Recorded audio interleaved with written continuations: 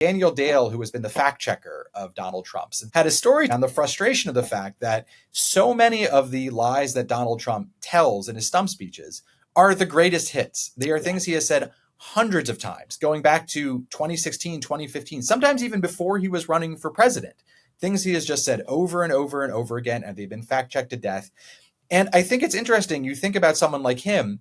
What is he supposed to do? Do you still slap a front page headline on something he said 1,000 times?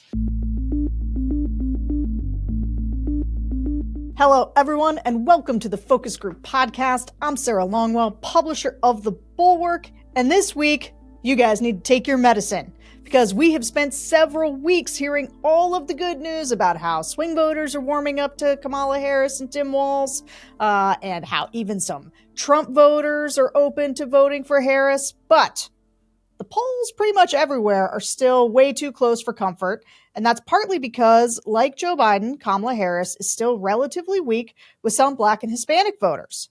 Not all of them, or even most of them, but enough to make Democrats nervous. Harris is also coming off a CNN interview last week, and we're coming up on a big inflection point in this race with the presidential debate on September 10th. To level set how Harris can make headway with skeptical voters with the time left in this race, I'm turning to Benjy Sarlin, Washington bureau chief at Semafor. Benjy, thanks for being here.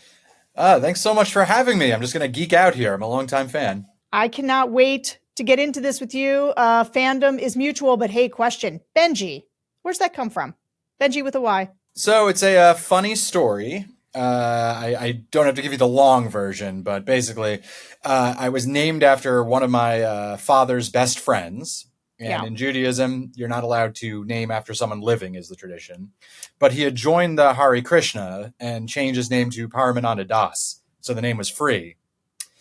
And then he later left and changed his name back to Benjy. So there were actually two of us and still are now. So we managed to get a loophole in there. Wow. Okay. Man, the Hare Krishnas. I've never heard of the bounce back between those. But you know what? The world is a crazy place filled with people who contain multitudes, as our focus groups routinely show. So a few weeks ago, right after Kamala Harris became the nominee, you wrote about how she had to overcome the ghosts of 2019 because she was, in your telling, burdened by what has been. So how's she done at unburdening herself so far, in your estimation? Well, the Democrats that I talked to and certainly saw writing and talking about this issue, who also identify the ghosts of 2019, as you mentioned, which I'll get into in a little bit, are mostly very happy with her because when I talk about those ghosts of 2019, the biggest one is that she seemed to just get caught up in every damaging conversation between left-wing interest groups.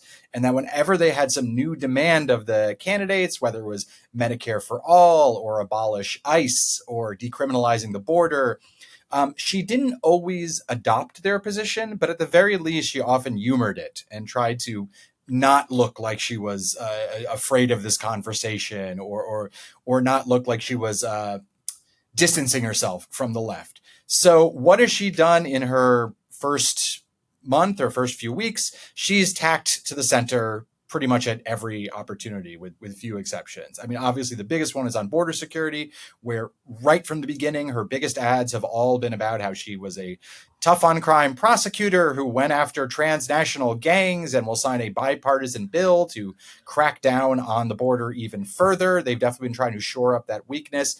She has quietly backed away from some of her further left positions in 2019.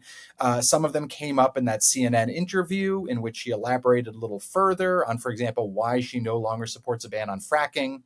A position she was very clear on, but abandoned after joining the Biden ticket in 2020. So they definitely see the overall impression of a candidate who is trying to shore up their weaknesses by moving to the center. That seems to be her biggest concern at the moment. Yeah. What do you think? I've got a theory on this, but do you think that she is sincerely, do you think that she is more comfortable right now in this sort of center left mode? Or do you think she was more comfortable in fighting with 10 other progressives about who's more progressive mode? Which one do you think is the real Kamala Harris? My suspicion from covering her closely at the time of that election was that she was definitely not comfortable in that mode. In the progressive mode. Yeah. Now, is that because she herself is very moderate and very centrist and doesn't like those positions? I'm not 1,000% clear on that. But it put her in an awkward position where her background was not as some policy wonk outside of criminal justice issues, which was, of course, the one area where her credentials were especially damaging with the left that cycle, where it was hard for her to talk about these things. And also she had to maneuver and make a bunch of concessions. But I thought pragmatism was what came across with her. It was that prosecutor mentality.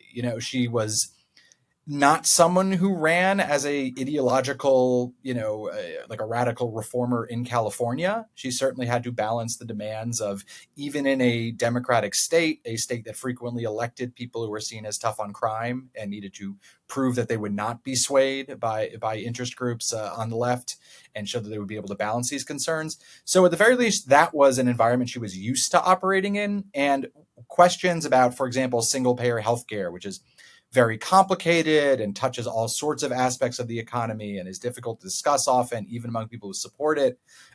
She clearly was not comfortable dealing with those more complex domestic issues. And I think she maybe got ahead of her skis a little bit in embracing some positions and not understanding the subtleties of the politics around them, around who's backing these, how well have these policies been thought through, how far can I go in either direction without angering someone I truly cannot afford to alienate. But it was a confusing time for a lot of Democratic candidates that cycle. They really did not have clear a picture of what voters wanted, as they do now on some of these issues after having tested these messages in a few election cycles. And yeah. That was a very painful Democratic primary for me up until the point where Joe Biden finally won, because watching them all try to out progressive themselves at a time when they were going to be running against Donald Trump. I knew from listening to voters, and I was I'm not sure where they sort of came away with this lesson that the idea of running to the left on a bunch of these issues was going to be appealing to a majority of voters. However, I will tell you, I'm certainly not the strategist you want in your corner if you're trying to win a Democratic primary, which I think is, sometimes we like debate a bunch of things. Like, people are like, well, I want to know why she changed her position on fracking. And I'm like, because she wants to win Pennsylvania, and her previous position wasn't particularly strongly held. It was an activist position that she said, like, okay, I guess this is where Democrats are. And now she's like, well, I'm going to win Pennsylvania. And also, I think that right now, I agree with you that she is much more comfortable as a pragmatic consensus builder, or as somebody who's simply trying to like get the job done. That seems sort of more her mode than, she's not an ideologue, as best I can tell. Like, she's not a dogmatic progressive who, is mired in the finer points of a lot of these, progressive policy fights or even Democratic policy fights. And so she is, I think Republicans sort of want to paint her as having no core. And Democrats are basically like, I'm happy with the vibes because this isn't Biden. And I think they can kind of impute whatever they want onto her, and that's satisfactory for a lot of people. But I think the bottom line is, and I sometimes I feel like it's worth leaning into this, just is to say, hey, look, I think that I'm going to bring a lot of people to the table, and I think she's kind of getting there. I'm going to bring a lot of different people to the table. I'm going to listen to a lot of different opinions, and like we're gonna reach a consensus about how to move forward, because that seems to be what she's kind of doing. Yeah, it was interesting how she addressed this in that CNN interview, for example. She sort of touched on multiple points. One is, it sounded like she was more worried about being tagged as having no core, as you put it, than being seen as too left-wing. She kept repeating the big answer that they clearly had been prepping for weeks because they knew this was going to be the big question. My values haven't changed. Yes, my values haven't changed. Right.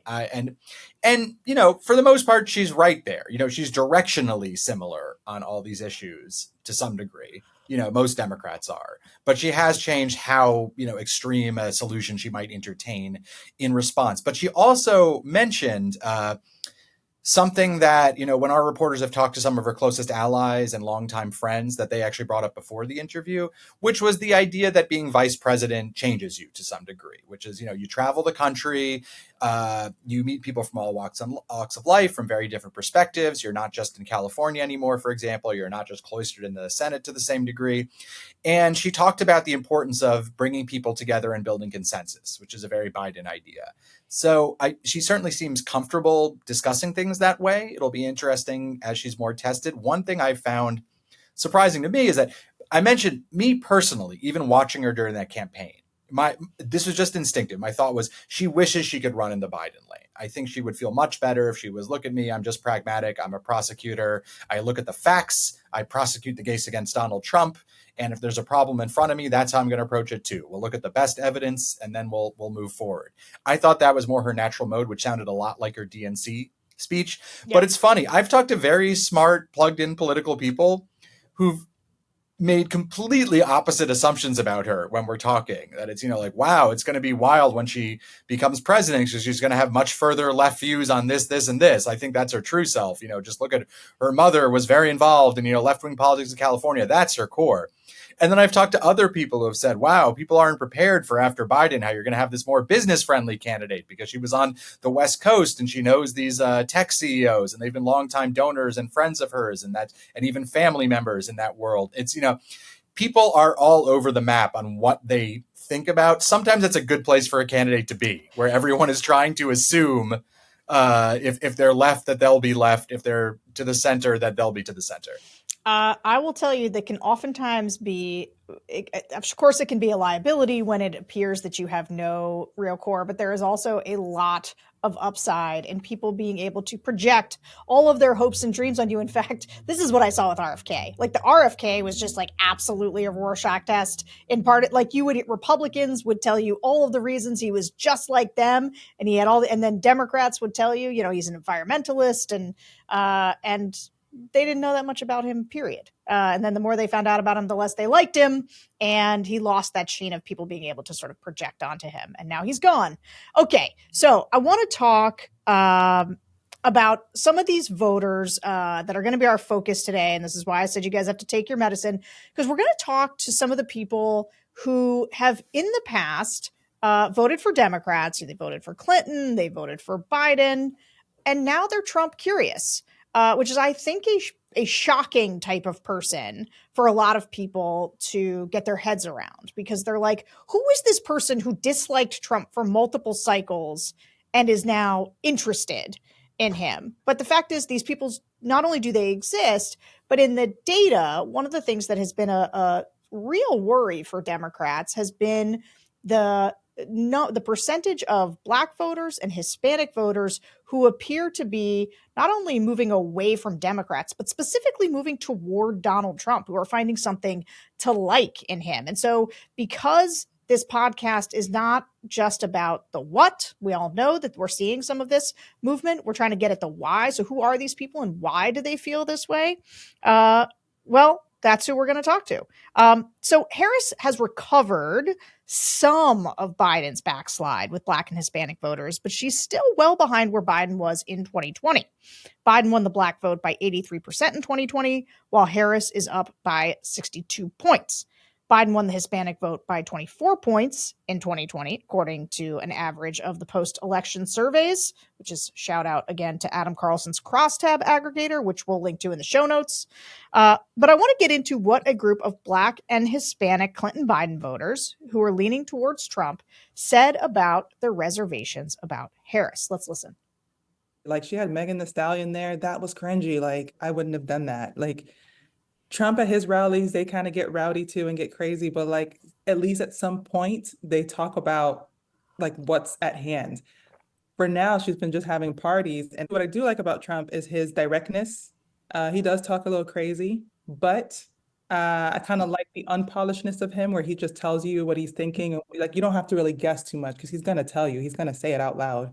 I do like that about him and some of his policies. I've noticed that my dollars don't stretch as far as they used to. I went to the grocery store with my wife to get some eggs, and it was like $10. I was like, this is crazy. And she does most of the shopping, so it's been a while since I've been, but when I saw it was $10, I'm like, what's going on? And the economy has really not gotten great under Mr. Biden. I respect him as a person. I too feel like he has some health challenges that have been kind of hidden from us. And I'm trying to say this. She's doing a lot to play up her ethnicity. I feel that there's a bit of retconning her ethnicity as well. And she's attempting to play to a demographic that I'm not quite certain is a fair understanding of her background. And it shows you how out of touch she is with the African American community to subject us to the ignorance of all these people deserve is a barbecue and a trap concert. I really don't appreciate it. I have 3 degrees. Neither of them appreciate being subjugated. I don't even like Megan Thee Stallion or whatever. Like, I mispronounced it because I don't listen to her music because I don't identify with hood rats because I went to college 3 times. Like, we're smarter than that. I think that this was a plan since Obama left office and they told her to sit in the corner and color. If you look at what she's done from the time she graduated until now, she literally sat in the corner and colored until it was time for her to be taken over by the puppeteers. Because if I met her, I would have lots of questions. First thing I would say is, do you know that Black people aren't going to vote for you just because you appear Black? Because you don't appear Black. You don't act Black. You aren't interested in our issues. And you haven't done anything to help our community move forward since you've been in office. That's what I would say. I think that she's a fake individual. I've seen her teeth probably more than her dentist has. I don't think that there's anything authentic about her. I think that she has an ability to pander to whatever community that she's talking to at the time.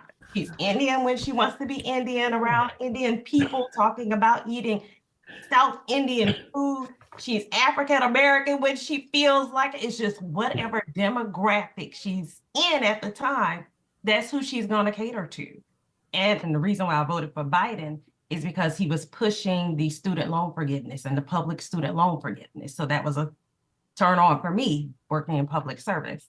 And so the reason why I'm leaning towards Trump for 2024 is because Trump actually has policies. We have yet to see what the other side has said about anything regarding policies.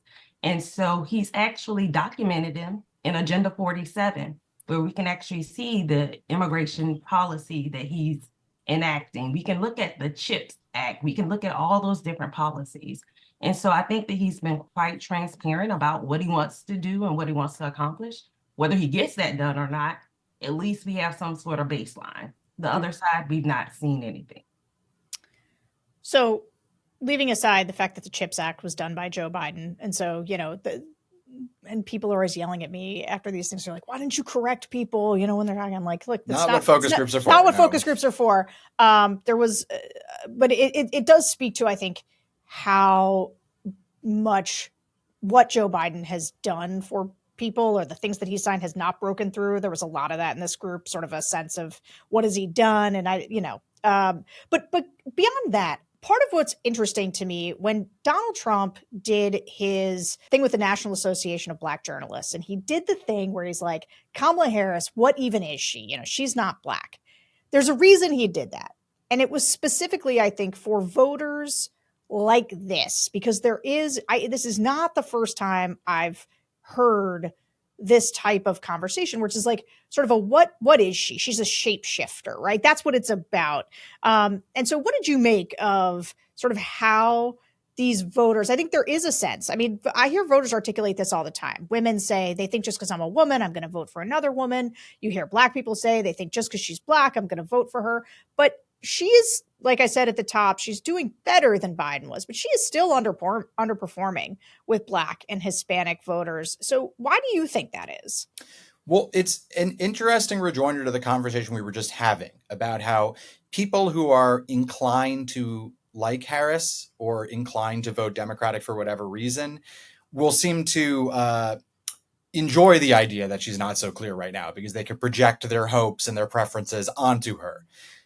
Trump has always had a natural appeal, and I think this was a huge theme of pretty much that entire focus group that I watched, a huge appeal to people who are very low trust, as they say, people who are extremely skeptical of politics in general, who might even think that Trump is a liar, but at least he's, being honest about it in his own way. You know what you're getting. God. It's the thing you've heard in a million focus groups. They say, look, I know he lies, but he tells the truth. I mean, I know he lies, but he tells the truth. I hear that all the time. Yes, but the point is that the reason I think a lot of people feel that way is Trump is framing everything as you're being lied to by everyone. There's all these conspiracies out to get you. I get the larger truth, which is that, it's all BS.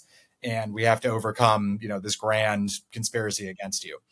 What we're seeing here is that I think the fact that Harris is not so well defined is kind of catnip for that group of people. If you were inclined towards this idea that politicians are constantly trying to pull the wool over your eyes and pull some kind of trick, they sound very concerned about the idea that this nominee was foisted on them very suddenly. Not that they're, wish Biden were still running. I didn't see that come up really. It's not like anyone was like, oh no, we love Joe Biden, if only he had stayed.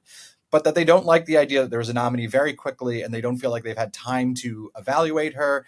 And rather than seeing that as an opportunity, they see it as a negative, that I don't have a full impression of her because she's being hidden from me, or because she's actively a shapeshifter, a chameleon. I think chameleon was the word that J.D. Vance used to defend those, she's not black, she's Indian remarks that Trump made. It's interesting that that's coming out at the margins.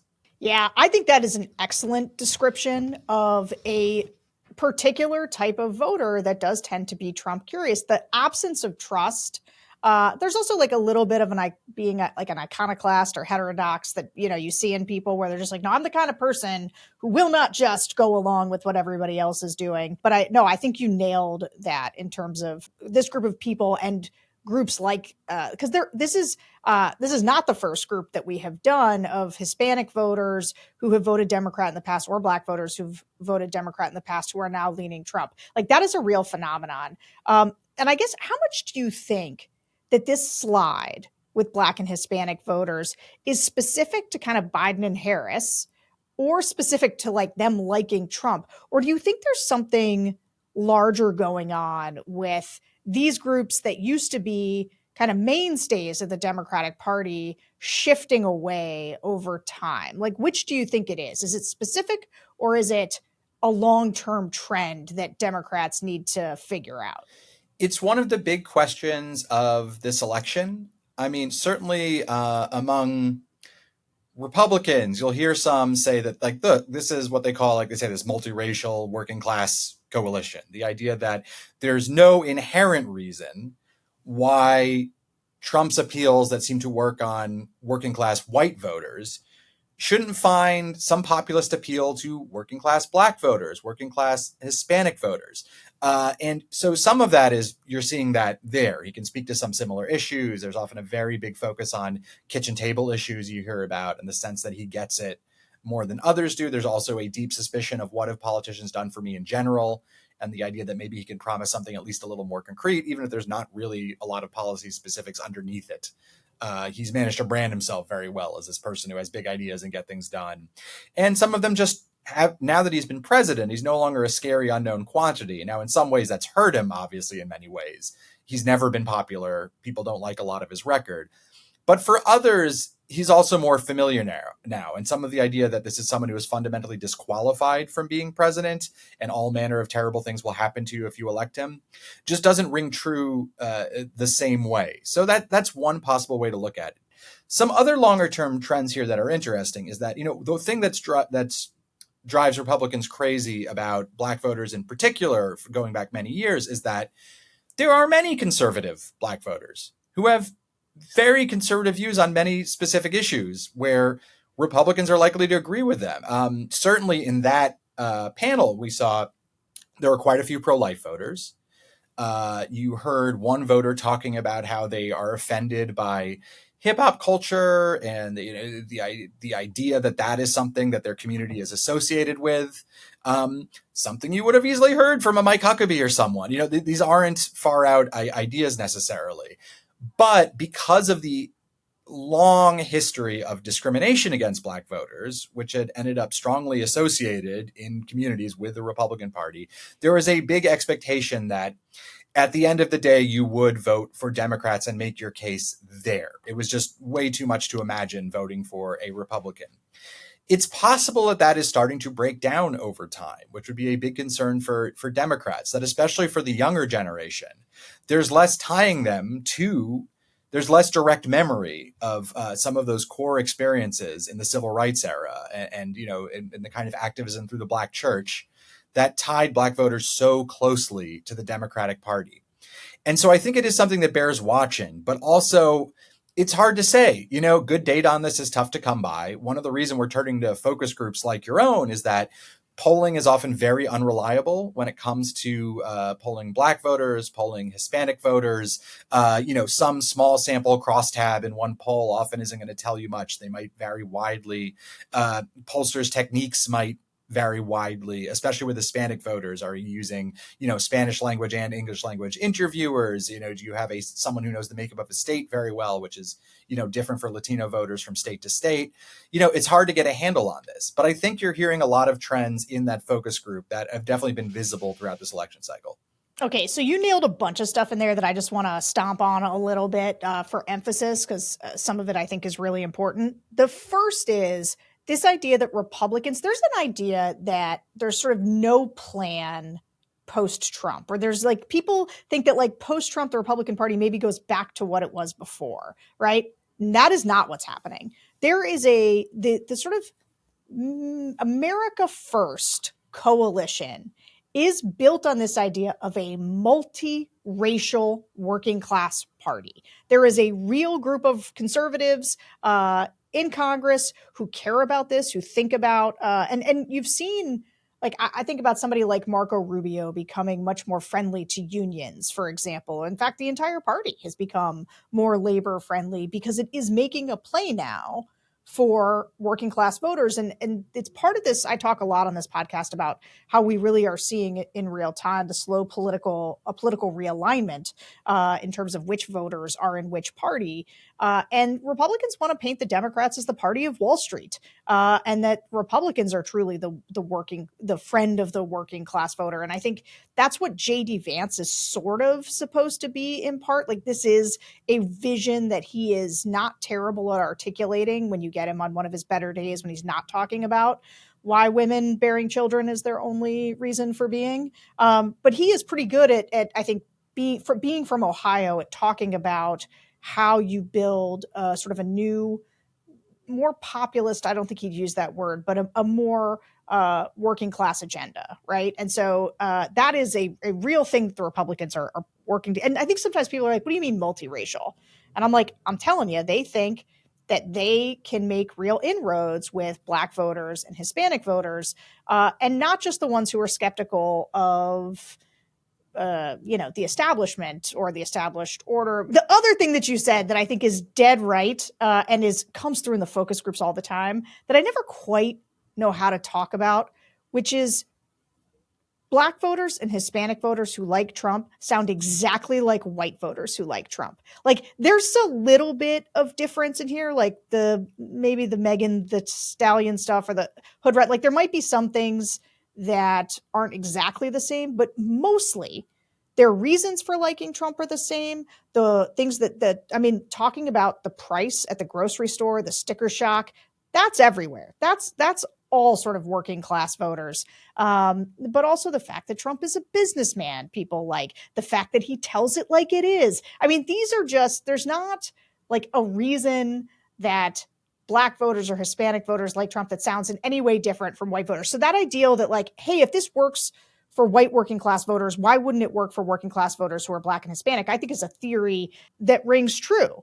The last thing I'll say is I have really dug in on the racism piece of it with Black and Hispanic groups, where I've asked about do you think Trump is racist? Because, Trump will say, like, I did one with a group of Black men right after Trump did his, like, Black voters will like this after he had his mugshot because they'll be able to relate to it. And I asked them, do you think that is racist? And they were like, no, I don't think that's racist. Like, Trump understands what it means to have the police after him. He understands what it means to be wrongly accused of things. And so people in our world, journalism world, the sort of talking set, we were like, we're appalled at this. We think, well, how can somebody not think that this is racist? And the fact is, that is not the way voters hear it, including a lot of Black voters. And so I have tried to disaggregate. I've asked Black voters, do you think Trump himself is racist? And people will say no, they don't think Trump is racist. And I think part of it is his celebrity. Somebody will say things like, well, he's good friends with Don King. And, they just see him differently. But if you ask if the Republican Party is racist, they say yes. And so I do think there is also something particular to Trump. The fact that he is a cultural figure and the fact that he stands apart in many ways from the Republican Party, that Black voters are much more skeptical of. Like, they are much more skeptical of the Republican Party than they are, I think, specifically of Trump. I also think that's true of white working class voters, many of whom were Democrats. Please stop me. You are naming one of the big questions of this election that I think this stuff is important to get into, and I do not have a great answer on yet, which is one, this phenomenon, as you mentioned, of big Republican gains with Black voters in particular, but also Latino voters, younger voters, outside of Florida, which is kind of its own thing right now. This has mostly been Trump specific. It has not seemed to translate down ballot. In fact, right now you're seeing very Trumpy candidates just getting their asses handed to them in Senate races and governor races, just like happened in the midterms. Like, Trump, so far, Trumpism cannot be easily transferred to other candidates. There is no example so far of a candidate with very Trumpy style and positions closely aligned with him, amassing his kind of turnout, his kind of margins with a very similar message. It so far is just specific to him, which is one reason why I am skeptical of the idea that the Republican Party will be forever changed and, it's going to be like this forever. I have no idea what comes after Trump. It might also be a while before there's an after Trump. But until I see an example of like a clear platform style that can be used by someone besides Trump in a consistent way and win elections, I'm sort of skeptical of it. But that's one of the biggest unanswered questions of this cycle. Why Trump and not others? Yeah. I mean, just because I'm telling you that they have a plan doesn't mean I think that they can make that plan successful, because I do think a lot of it is specific to Trump. All right, we got to take a quick break and pay some bills. This show is sponsored by Factor.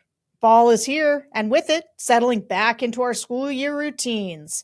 Kick off the fall right with Factor's menu of chef-crafted meals with options like Calorie Smart, Protein Plus, and Keto. Factor's fresh, never frozen meals are dietitian approved and ready to eat in just 2 minutes. So no matter how busy you are, you'll always have time to enjoy nutritious, great-tasting meals. Make today the day you kickstart a new, healthy routine. What are you waiting for? With 35 different meals and more than 60 add-ons to choose from every week, you'll always have new flavors to explore. Crush your wellness goals this month with dietitian-approved meals and ingredients that you can trust. Make your day delicious from breakfast to dinner. Stay fueled with easy, nutritious options. Treat yourself to restaurant-quality meals that feature premium ingredients like filet mignon, shrimp, and blackened salmon. Keep kitchen time to a minimum. Factor meals are ready in 2 minutes. No shopping, prepping, cooking, or cleaning up, which is my favorite part. Enjoy effortless support for your lifestyle. Choose from 6 menu preferences to help you manage calories, maximize protein intake, avoid meat, or simply eat well balanced. Head to factormeals.com/thefocusgroup50 and use code thefocusgroup50 to get 50% off your first box plus 20% off your next month. That's code thefocusgroup50 at factormeals.com/thefocusgroup50 to get 50% off your first box plus 20% off your next month while your subscription is active. So I want to quickly detour to one other group we did. So this is Black and Hispanic undecided Clinton-Biden voters. This is a different group from the one we're really digging in on. And we asked them what they were hoping to see from Harris in the coming weeks that might get them over the line. And it sounds like her performance in the upcoming debate is going to be a big deciding factor for a lot of people. Let's listen. I would like to see her debate Trump. I am interested to see how she handles that. There's a question of some of the restrictions that were put in place about the muting of the microphones, the seating arrangement. We all know what happened when Trump and Hillary were, he kind of did that weird stalking thing behind her.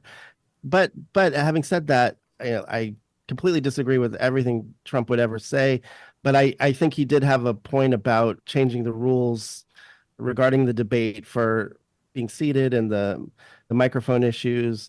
So if all of those are put in play, I do think the debate will be important just to see how she handles the most adversarial entity that she'll ever encounter will be Donald Trump. And that does kind of show how she'll handle despots in the world. So that will be extremely important. And additionally, of course, to see her lay out her complete plan for economic policy, that would be extremely important for me. I'll literally probably be right down the street at a bar. But yeah, I'm definitely really eager to kind of see how this plays out, to get more of a clear line of less of Trump's policies, but more of Kamala's policies and how they will affect not just the 4 years that she'll be president, but if she's thinking in a longer term strategy, just like how it will roll over. I think a lot of the times it takes much longer than 4 years for policies to really be felt. And now I feel like that's something that I notice more or will make note of and will affect my voting power and trends throughout the next 10, 20 years. I would like to see her fight back more, especially in the debate with Trump. I like to see her fact check him, but also challenge things that are already in place. I really want to see what are her plans for taxes. How does she plan on helping the people? What things does she want to change in terms of taxes, prison reform, how corporations are basically taking over. So I want to see her take more of an AOC approach to politics. People want to fight her. I got to tell you, I hear that all the time. Okay, so this is the only focus group pod between now and the debate. So we threw this in here because I really wanted to get a little debate conversation. This will come out on the Saturday just before the Tuesday of the debate. How do you think Kamala should handle herself in the debate with Donald Trump? And I guess I'm interested in, people always ask me this question, so it's kind of an annoying question, but what are the stakes? It sounds like, listening to voters say that the debate matters to them. They want to see, I think, the head-to-head matchup and what does she look like relative to him. So, relative to other debates and other times, how do you think, how important do you think this debate is coming up?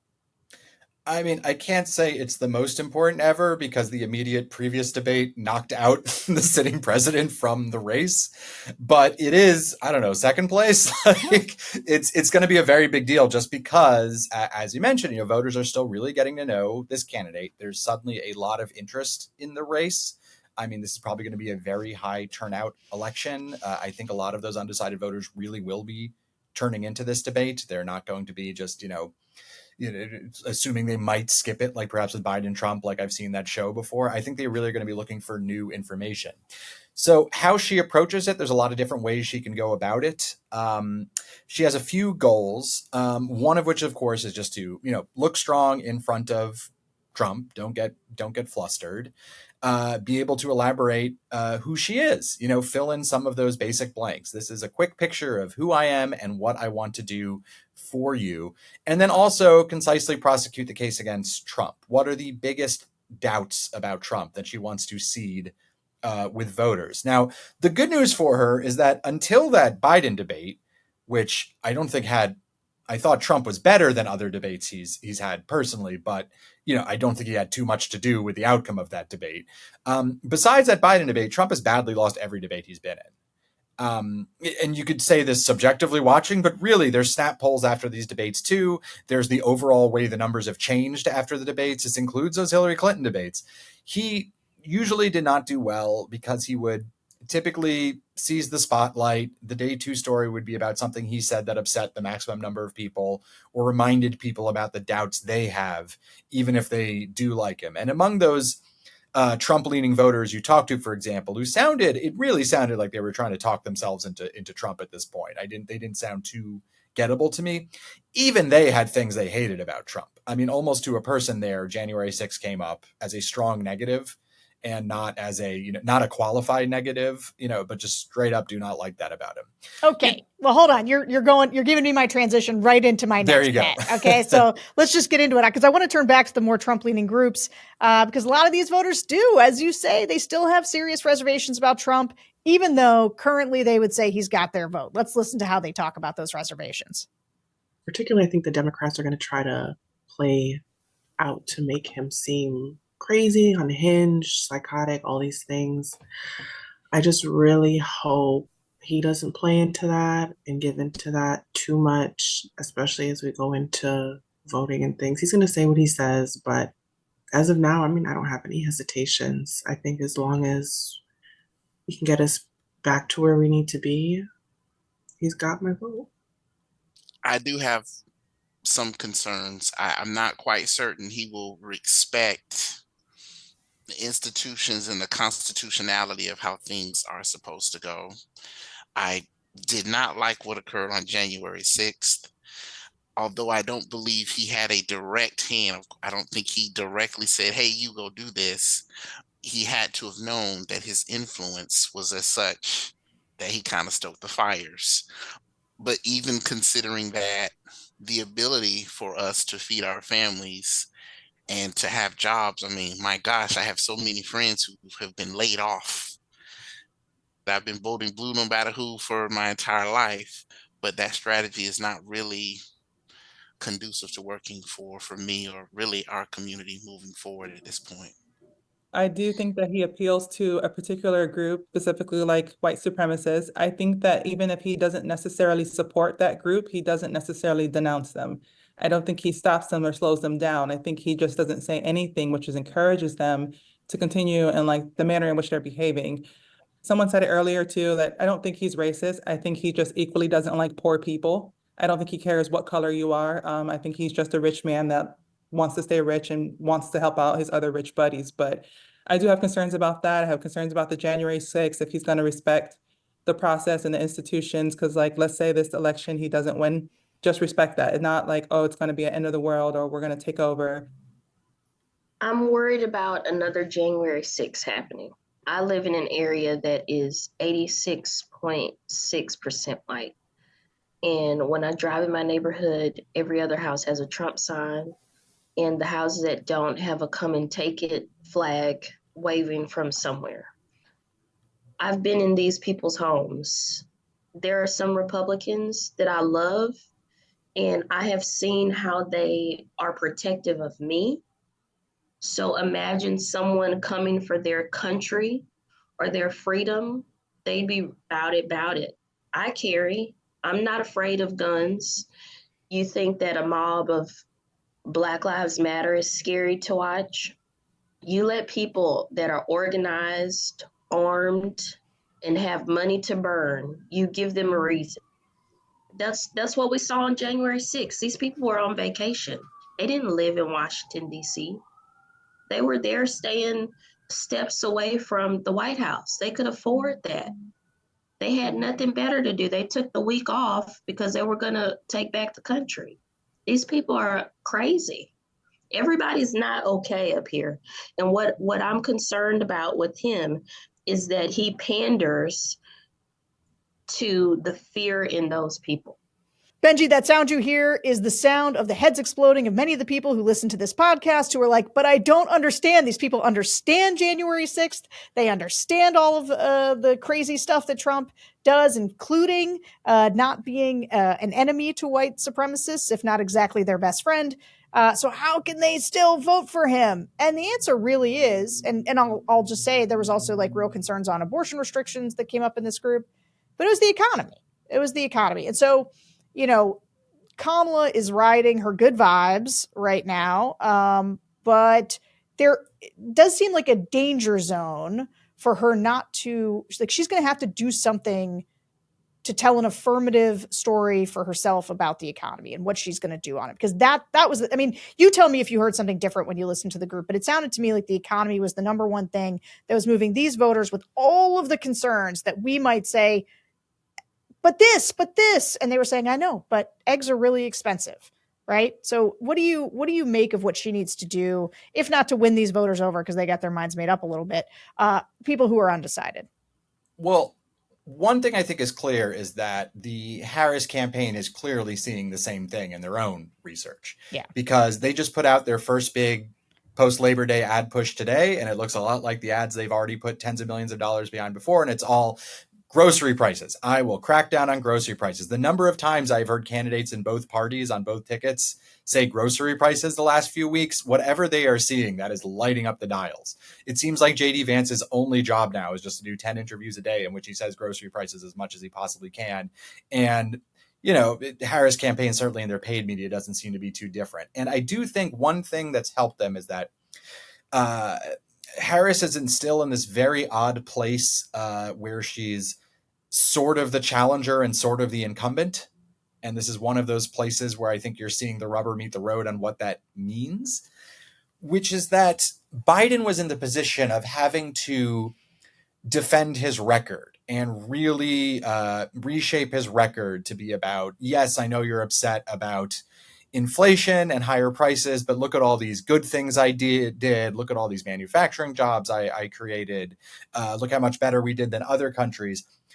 Kamala talks a little about that record. She's defended it well when it's come up, but she does have more freedom just to say, I'm just going to skip the entire debate about how we got here and just start talking about what I'll do about prices now, which is mostly how she's been framing things. It was the same thing with her other big plank lately has been affordable housing, which is same issue. We're not going to talk about how we got here or anything like that. All I'm just going to say is that we need 3 million new affordable homes and that we need, tax credits for first-time home buyers, and we need to crack down on market practices that are making it harder for you to get a house instead of some investor somewhere or a speculator. They definitely get this. Now, is that the most effective message? We're going to find out. And I think a question you kind of raised there, which I would also bring up, when people say they're voting on the economy, are they actually always voting on the economy? Like, to name that focus group, for example, I mean, it seems like a lot of them had fallen into sort of a certain kind of red pill information space that I think extended beyond the economy, which makes me, they sound like voters I've heard in other contexts where I'm not quite sure, the price of gas is actually what's going to move them. It's possible it got them to listen to that more, but that there's a sort of separate culture war concern that also comes up. And it's interesting, the revealed preference or the revealed reason versus the stated reason, which is one of the most fun elements of a focus group, is many of them said the economy. I'm glad you're bringing this up. They said the economy, but you listen to the longer descriptions and you hear what people are saying. And actually it's like a frustration with culture and around the way certain culture is not like how they think things should go. And, or it's, I think you stated this up front, but it is wanting to shake things up and not being very skeptical of the established order and the people who are running things. I think the red pill escapes no one. It escapes no one. Anybody is susceptible to it. So I want to get into how these voters reacted to the first Harris interview with Dana Bash on CNN. And I should note that while these voters are flipping from Biden to Trump, we do not call them swing voters. Okay. Just because they are flipping from Biden to Trump doesn't make them swing voters, because these voters have largely made up their mind. They want to vote for Donald Trump. So with that caveat in mind, let's listen to how the Harris-Walz CNN interview went over with them. I saw a few clips and headlines from it. She's actually was in my area yesterday doing an interview, so having a rally. But what I got from it, I still didn't get anything actually from it. I kind of felt like she needed notes. She had Tim there next to her, so it's like she needs a backup. I don't really think that she's able to stand on her own 2 feet and just say what it is that she's going to do. It's like she needs an entourage or something. I don't know anything about her still. She has done a lot of interviews, sit down interviews, and she's, talked a lot about her accomplishments, what she's done, things like that. And that's all great. But at the end of the day, I think we need to know not what you've done, but what you're doing. We are in a place right now where unemployment is back up, prices of food are back up, there's increase in inflation and rent and things like that. And what is she going to do about that? Low income workers, blue collar workers, unemployment rates are back up again for, African Americans, Hispanic Americans, all that. Like, what is the 4-year or, God willing, her 8-year plan? And if she doesn't have one, and if she's just going to keep bringing up the past, then that is not somebody that I can go into a booth and vote for. And I am very curious to see, honestly, her and Trump go face to face in a debate, because that is going to be the real telling decision. I suspect many people don't know him, and that's probably why she did that interview with him, to give him a little bit of heft, if you will. I think for a long time, for many of us, the voting blue no matter who strategy hasn't really worked out for the Black community, to be honest. And a lot of us are questioning it with this so obvious pander to our community by Vice President Harris. But I don't know much about Mr. Walz, and I suspect that that's why they tried to tag team this interview. It is interesting. Voters always think if there is a female candidate or there's a Black candidate that you're automatically trying to pander to that community, which I don't know. I never hear anybody say that about the dudes. Like, he's just trying to pander to men. Although JD Vance, actually, I think we could safely argue that that's maybe what Vance is about. So what do you think about Harris's media strategy? I was following your tweets on this. Should they People love my tweets. I get nothing but great replies whenever I discuss anything I related love your tweets. to whether Harris should do interviews and how many. The topic people are totally normal about. I'm sure you have the same experience, Sarah. I do. You should hear the feedback I get when I say people are mostly good. That one, nobody likes that one. So, well, what do you think about her? I mean, I know what you think because I follow you on Twitter, but tell our listeners, hopefully people who are healthy enough to stay off Twitter, what do you make of her media? Should she be doing more interviews? What do you think? So let me just first add the caveat here that there's two Harris media conversations, and I'm just going to be addressing one of them here. One is the press asking Harris to do interviews and agitating for access, which is absolutely what the press should do in a democracy. This separate question is it politically savvy to avoid the press, do lots of press, do press of which kinds? That is a separate question, and they're not always the same answer to these two issues, okay? So just to focus on the tactics here. I think a big question is, now that they've gotten this big interview out of the way, what is their plan moving forward? This interview was not the interview you do to get great press and make your case. It's the interview you do to survive. Because she's a new nominee, because there's all these questions about her, because it's been built up into a thing by her not doing an interview for weeks, it means that this first interview is largely getting the toughest questions out of the way right away. So you just had people complaining, for example, oh, this is all just, Dana Bash going through Republican attacks. Yeah, like those are the biggest questions people have about her. They were mostly pretty predictable. We mentioned, for example, the flip-flops from her 2019 campaign that took up a significant portion of this.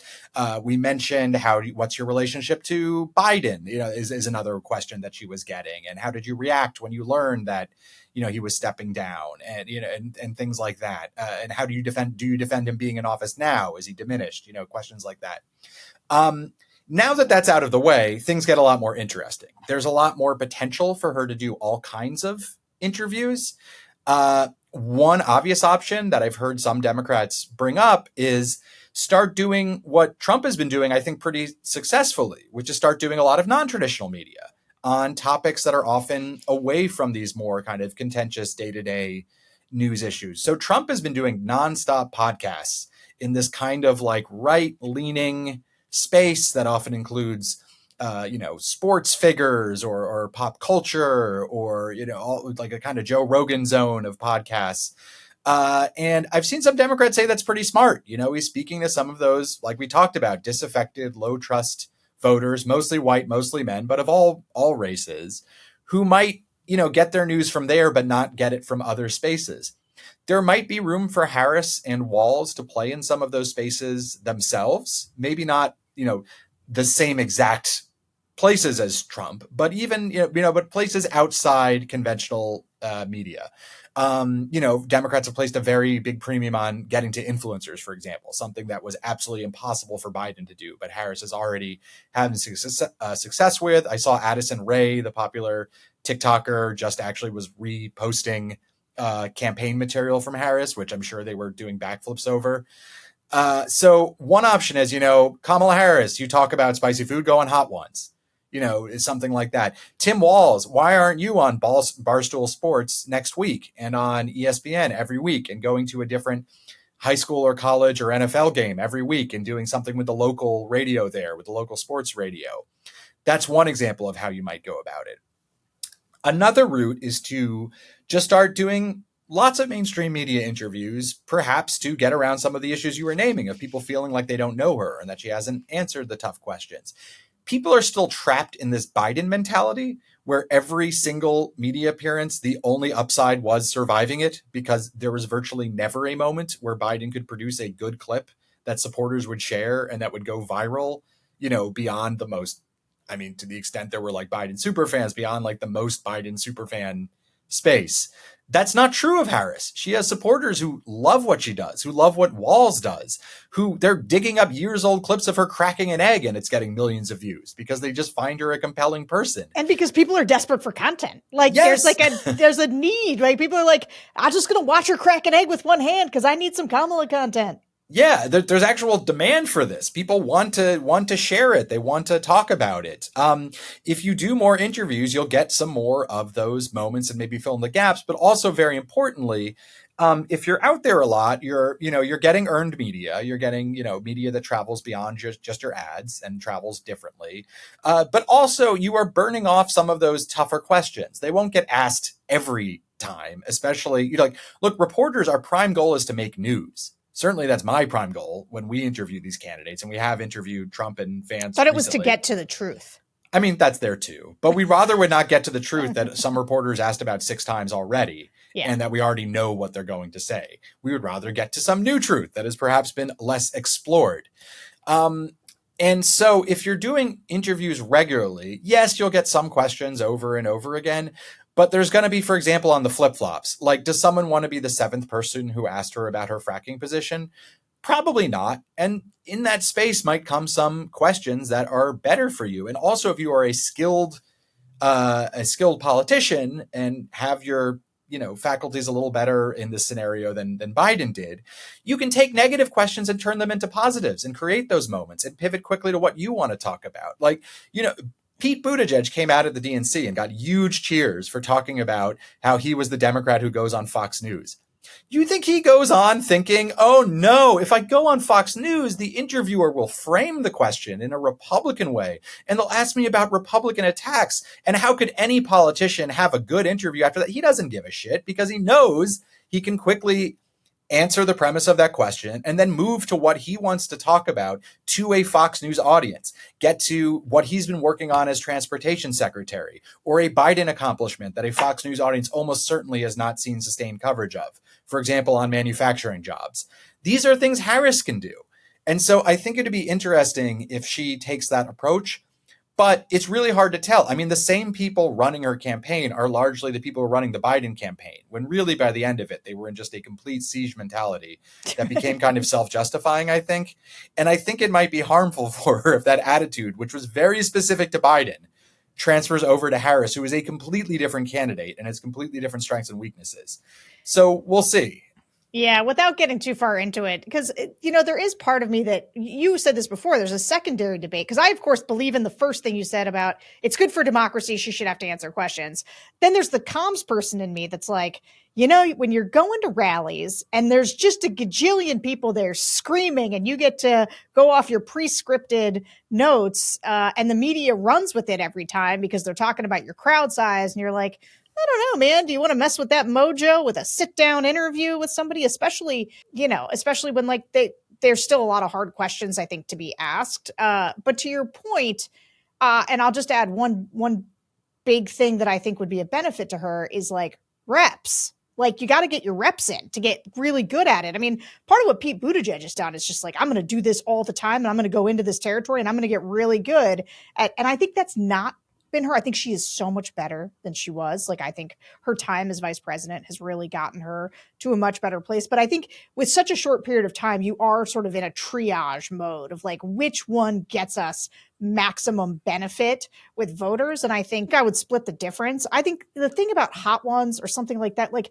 the going on the non-traditional spaces, like make the platforms work for you. Figure out where it's going to benefit you and like lean into those.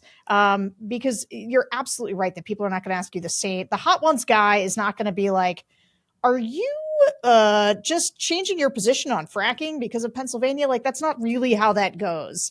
And so, yeah, a lot of upside. Okay, I've got to talk about one more thing in the news. God, I like listening to you talk so much that this is going to go long, and I'm sorry about that.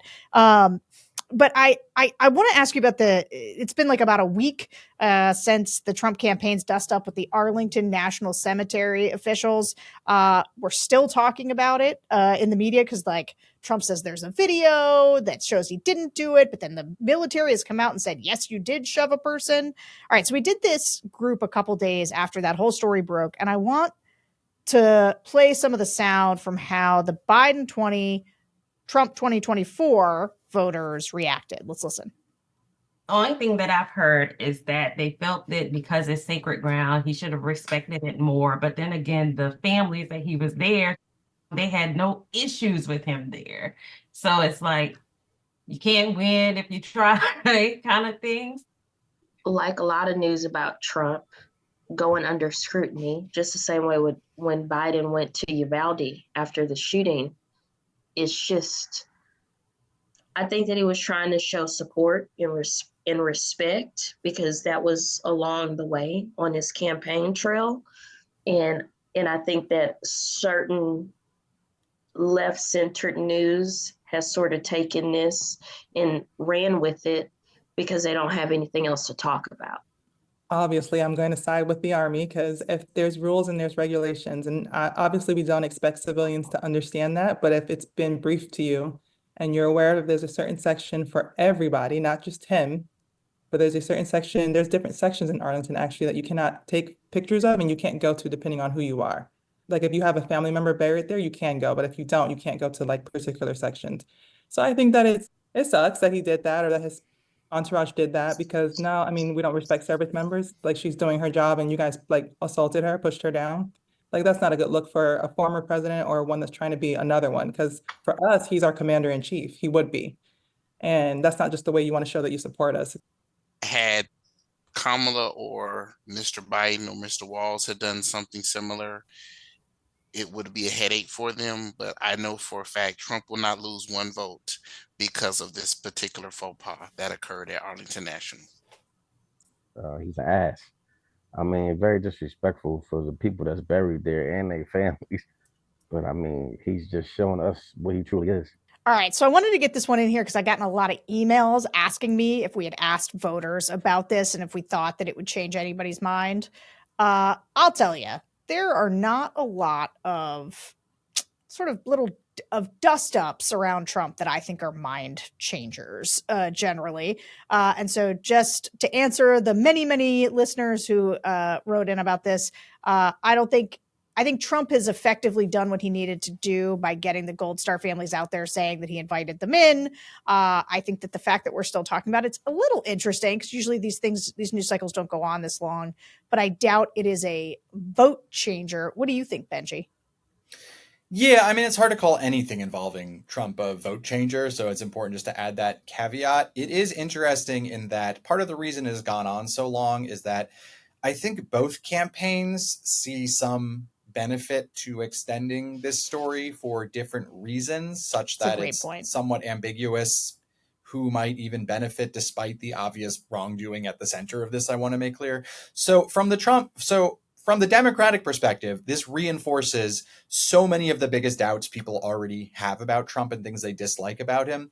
There's the disregard for the rules, just having a clear institution with you have respect for a certain rule and he just does not follow it. There's the bullying and violence of having, pushing around some staffer just trying to do their job, who is presumably a sympathetic figure. They are working at Arlington National Cemetery, making sure that the dead there are respected. There's also the absolute refusal to distinguish between the nonpartisan aspects of being a president or former president and just politics mode all the time, which is what got him impeached repeatedly. Trump this distinguishes him more than any prior president, just saw no distinction between official Trump and campaign Trump. So this is another example of that. And then there's additionally the respect for veterans issue, which is suckers and losers, right? Which Democrats have still kept going 4 years later. The Harris campaign, Biden certainly personally brought it up repeatedly before. I believe it came up at the DNC at certain points. So all of these would say Democrats should go whole hog. The other side of it, though, is that Republicans are using this to talk about Afghanistan, and Donald Trump is. And I think the campaign is betting that a lot of voters probably aren't going to either update their views about Trump too much because those aspects of his character are already so well established, or they're not going to understand from the quick read through of the news the severity of the rules that he was violating. And instead, what they'll just see is a dispute involving Gold Star families who are enormously sympathetic and are talking about an issue that was one of the low points of Joe Biden's presidency in terms of polling, in terms of voter reaction. Putting the policy aside, that has been difficult for them to keep in the news in the years since, because it happened early in his presidency. We withdrew from Afghanistan and there hasn't really been anything to update it since. And, they tried to make it a major feature of the Republican National Convention to remind people of this incident. Furthermore, it's even more difficult to associate it with Harris. It would have been a tough time already reminding voters of Biden when this had passed so long ago. But now they have to tie it to Harris. So I think few people are inclined to think, was the one making on the ground tactical decisions during the Afghanistan withdrawal, let alone making the decision to withdraw in the first place. So this lets them get Harris's name next to that story. So I think that partly explains why both campaigns have sort of jumped in a bit. They don't naturally assume that it's bad to have this in the news for either one of them. And I guess we'll find out. But also there's an opportunity cost issue, which is that every day Donald Trump burns on this is a day the news could be about something else. Yeah. There's only so much news space. And could there be something that's a better use of their time? I don't know. But that is one way to think of it. Okay. Just because you gave me this opening, I'm going to ask you a question that is a personal prerogative for me. Because you're so thoughtful, I've got a media question that is genuine that I've been thinking a lot about. I think I listen to a lot of voters, but I'm in the active business of trying to defeat Donald Trump. I'm a weird figure in that regard because I kind of do both. And I get frustrated sometimes with there's a lot of people criticizing the media, whatever that means, right? Because the media is a big sprawling thing that includes a lot of right-wing media, left-wing media that is trying to be traditional media that's very upfront about not being traditional media. And so, just saying the media is a tough thing. But I struggle with the fact that you say, we could be talking about so many other things. I do find it wild that Donald Trump continues to every day say things or do things that I think applied to a different candidate, just a normal one, they'd be disqualifying, right? Like the Arlington Cemetery story would be an enormous story if Kamala Harris's team, someone had shoved somebody at Arlington National Cemetery and they went and did a photo op, probably campaign ending. Like you'd see a massive shift, I think, in the polls. And I think this is, I have been sort of engaged in this argument with a lot of people that I think are kind of in my world, sort of conservatives who don't like Democrats, don't want to vote for Democrats, but they're clear-eyed about how bad Trump is. And one of the arguments that they make about why they focus on Harris to the exclusion of Trump is because of something you mentioned earlier, which is that they're bored talking about Trump. They're like, I have picked over every aspect of him. Like I've said he's terrible in all these ways, but like she gives me something new to talk about. She gives me something new to focus on. And she's got all these terrible policies. And so it's just me being honest about her terrible policies. How is the media supposed to deal with the fact, though?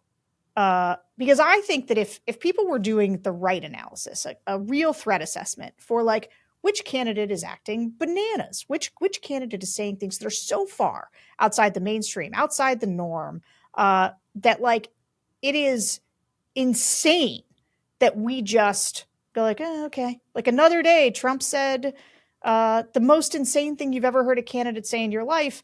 But we're going to talk about Kamala Harris's policy around her tax policy, because that's a new thing for us to chew on. How do you do it? Like, what is the way to do your job well in this particular moment? It's a really difficult question. Now, I am lucky in that I am at Semafor, which you all should read. It's a great publication. We are a small publication with a kind of niche audience. So our pitch to you is not all the news that's fit to print. We can kind of pick and choose our spots a little bit. Whereas the New York Times, the Washington Post, that very much is their pitch to you. CNN, MSNBC, we are going to give you a comprehensive view of the campaign and for all audiences, of all kinds. And that's a very big mandate and requires you to make some of these decisions in a very thoughtful way. A lot of complaints about the media coverage, I think, is often sometimes displaced frustration with voters that, you heard it in that focus group, right? Those were high information voters. Yep. They knew the details of what happened on January 6th. They knew the details of Donald Trump's ties to extremist groups, how he had egged them on or not egged them on. They could recite chapter and verse in that coverage, but they didn't care. And I think that is the thing that is driving people insane to some degree. Now, I do think I've been covering Donald Trump since the very beginning. I was out covering plenty of his rallies in person from the very beginning in the 2016 cycle and out there with our NBC. I was then at NBC News.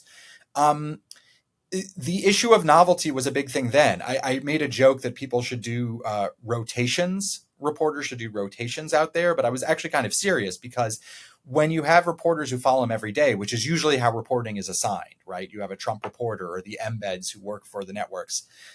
They get inured to some of the things he says every day, and it doesn't shock them. And I think sometimes it's important to still have that shock and not just be above it all.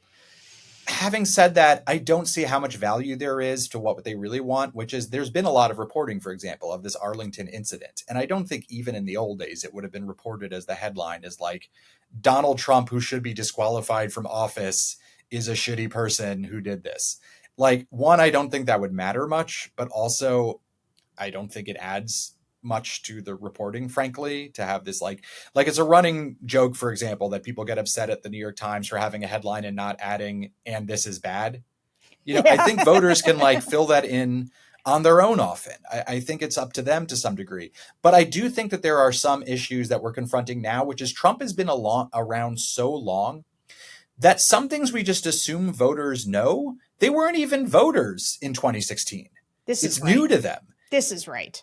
And I do think that there has been a failure maybe to go over some of just the basic history of him. And I think Democrats sometimes don't do this themselves. They decide it's old news. So I give one example here. Daniel Dale, who has been the fact checker of Donald Trump since that 2016 campaign, originally I believe was the Toronto Star, since then with CNN, had a story on the frustration of the fact that so many of the lies that Donald Trump tells in his stump speeches are the greatest hits. They are things he has said hundreds of times, going back to 2016, 2015, sometimes even before he was running for president. Things he has just said over and over and over again, and they've been fact-checked to death. And I think it's interesting. You think about someone like him. What is he supposed to do? Do you still slap a front page headline on something he said 1,000 times? Do you still make a story when you've covered it 100 times and so has every outlet, even if that initial coverage was in 2018, say? What do you do with that? I'm not sure there's great answers to it. I think everyone kind of has to make their own judgment calls. And I think having a diversity of different media with different perspectives is one thing that helps at least. Okay, I could talk about this one. You're going to come back and we're going to talk about this for an hour. And we're going to have voters because you were great. I love talking to you. Benjy Sarlin, thank you so much for joining us. And thanks to all of you for listening to another episode of the Focus Group Podcast. We will be back next week. But in the meantime, you can subscribe to the Bulwark on YouTube and rate and review this show on Apple Podcasts. See you next week, guys. Bye.